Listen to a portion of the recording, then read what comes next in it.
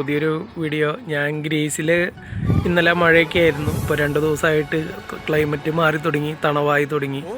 ഇപ്പോൾ 18 ഡിഗ്രിയൊക്കെ പകലും രാത്രി അതിലും നല്ല തണവാണ്.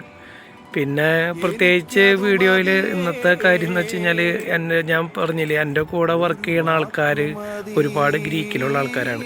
അപ്പോൾ അവരുടെ ജീവിതങ്ങൾ ഓരോന്ന് കേൾക്കുമ്പോഴാണ് നമ്മുടെ നാടും അല്ലെങ്കിൽ നമ്മുടെ രീതികളും വളരെ വ്യത്യാസമാണല്ലോ എന്ന് വിചാരിക്കുന്നത്.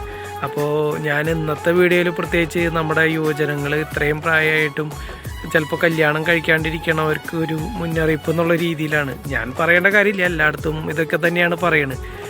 എങ്കിലും ഇവരുടെ അനുഭവം കേട്ടപ്പോൾ ഇവിടെ എന്ന് വെച്ച് കഴിഞ്ഞാൽ എൻ്റെ കൂടെ വർക്ക് ചെയ്യണവർക്ക് ചിലവർ 10, 40, 45 വയസ്സായി ഇപ്പോഴും ലിവിങ് ടുഗദറിലാണ്.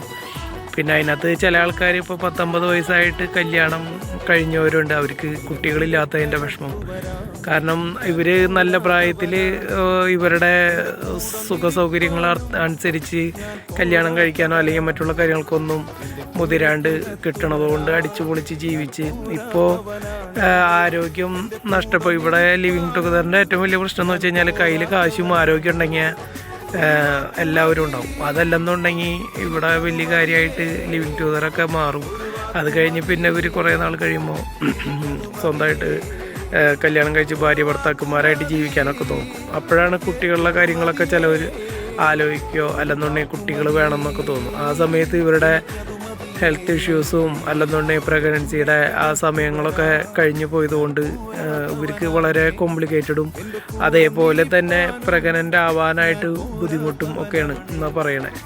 ഇവർ എൻ്റെ കുട്ടികളുടെ ഫോട്ടോയും അതൊക്കെ കാണിക്കുമ്പോൾ അവർക്ക് ഭയങ്കര, അവരെപ്പോഴും പറയുന്നത് ബ്രാവോ, ചെറിയ പ്രായത്തിൽ നല്ല 2 കുട്ടികളാവുക എന്നൊക്കെ പറയുന്നത് അവർക്ക് വലിയ ഒരു സംഭവമാണ്. കാരണം അവരെ സംബന്ധിച്ച് അവർക്ക് അങ്ങനെ കുട്ടികൾ ഉള്ളവരുണ്ട്. പക്ഷേ ചിലവർക്ക് എന്ന് വെച്ച് കഴിഞ്ഞാൽ അതും കുട്ടികളുണ്ടെങ്കിൽ തന്നെ ഒരു കുട്ടി അല്ലെങ്കിൽ 7 മറ്റോ ഒരു ഇപ്പോൾ ചെറിയ പ്രായമായിട്ടുണ്ടാവുള്ളൂ, 1.5 വയസ്സ് 2 വയസ്സൊക്കെ ആയിട്ടുണ്ടാവുള്ളൂ.